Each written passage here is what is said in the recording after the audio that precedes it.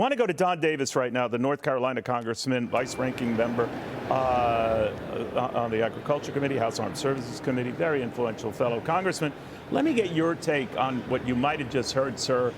Republicans, by and large, not keen on this measure that I think you like, that I know the president likes. Where do you think it's going? Neil, let me say and be clear.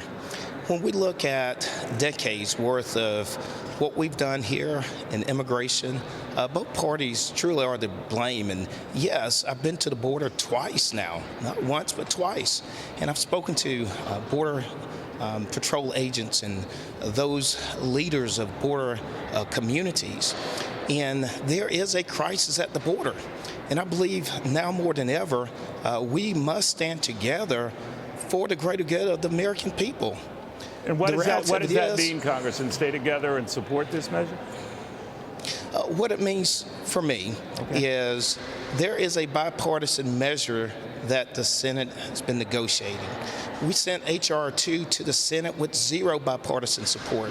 Now there's at least a product here that is guiding this conversation. Let's come to the table in a real way, but when we say dead on arrival and then come back and say all we're going to do is impeach the Secretary, help me understand and make sense of all of this. This is not what I believe the American people sent us up to Washington to do.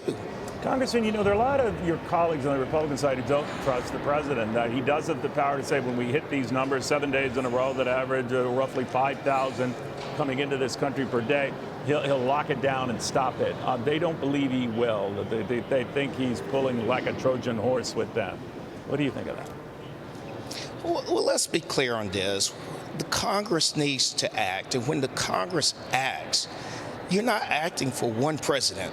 You're acting for the country, whoever is the president. And let's be clear, I have expressed my concerns with the administration, and I would highly continue to engage in that conversation if President Biden is given the authority under this act. And I would say, but you guys wouldn't trust President Trump with this, right? I mean, you know. So why should they trust President Biden? It can come down to politics, sir, fairly or not.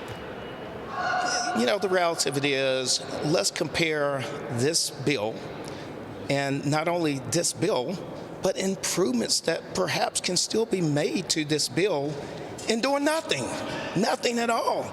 I believe the American people, they deserve something. This is a step heading in the right direction. Sir, we appreciate you taking the time. I know you've got a crazy day going on, so we do appreciate it. Be well. We'll see what happens. Anything can happen.